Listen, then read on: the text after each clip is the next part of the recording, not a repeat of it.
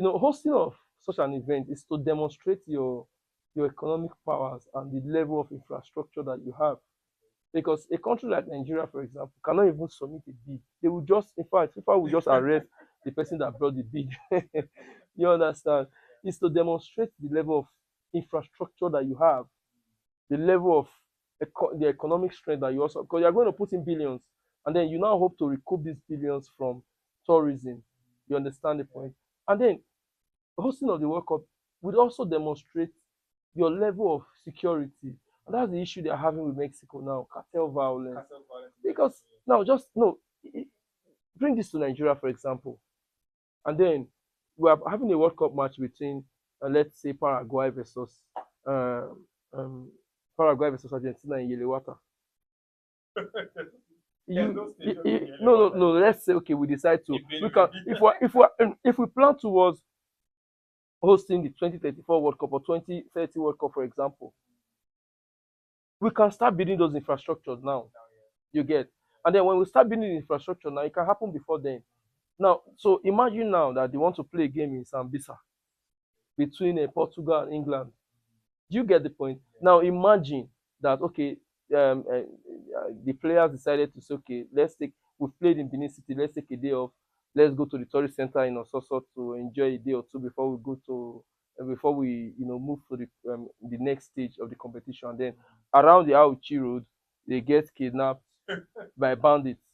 You understand the point? So when you think about all of these things, you get the point. Or or just imagine that fans of let's say fans of Brazil now, they've just destroyed our team. They just beaten Nigeria by 3 goals to 1, and then the fans are celebrating somewhere. One state governor can just say Curtis and Gatry, they you said we're going to demolish the building. So hosting competitions like this, you have to factor in a lot.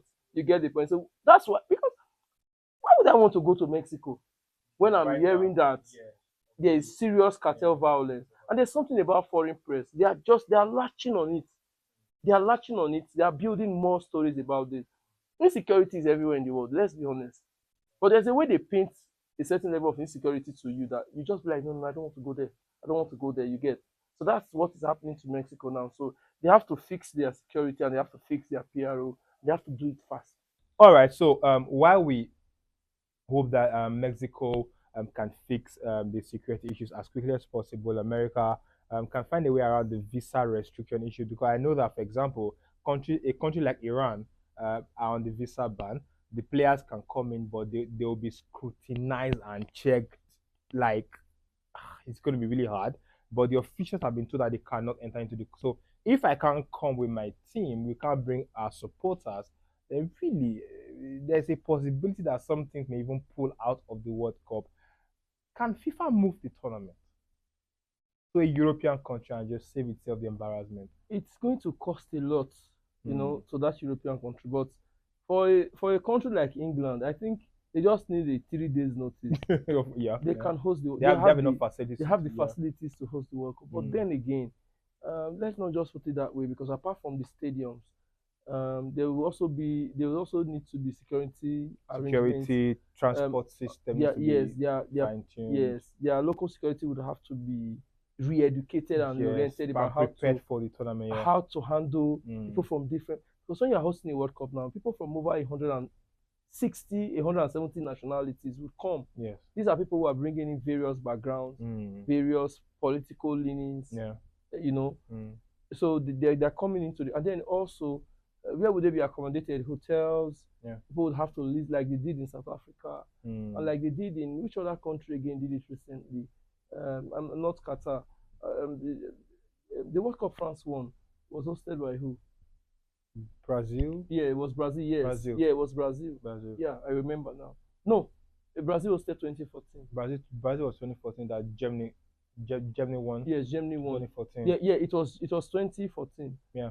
People were renting out their rooms, Mm. a room in their houses Yes. to accommodate people. But then, not just any people. These people have to be vetted by their Of security course. Yeah. organizations to actually ascertain that these guys are, to an extent, they are okay. Yes. These people are not security risk and all of Mhm. those things. So Yeah. You cannot just give even a 2 months notice for all of Yeah. this to happen. It And, has to be and of course, preparation. a World Cup tournament would completely turn the country upside down. So Of all course, of the plans you had before of course. will You be suddenly have in millions jeopardy. You have of millions people. trooping into your country. So you Mm. really need to plan ahead. But that's why it takes about 4 years or so to plan for a World Cup tournament. Hopefully, FIFA can get these issues resolved as quickly as possible so we can enjoy the World Cup. Even though the Super Eagles will not be going to the World Cup, They don't looks deserve like to be there.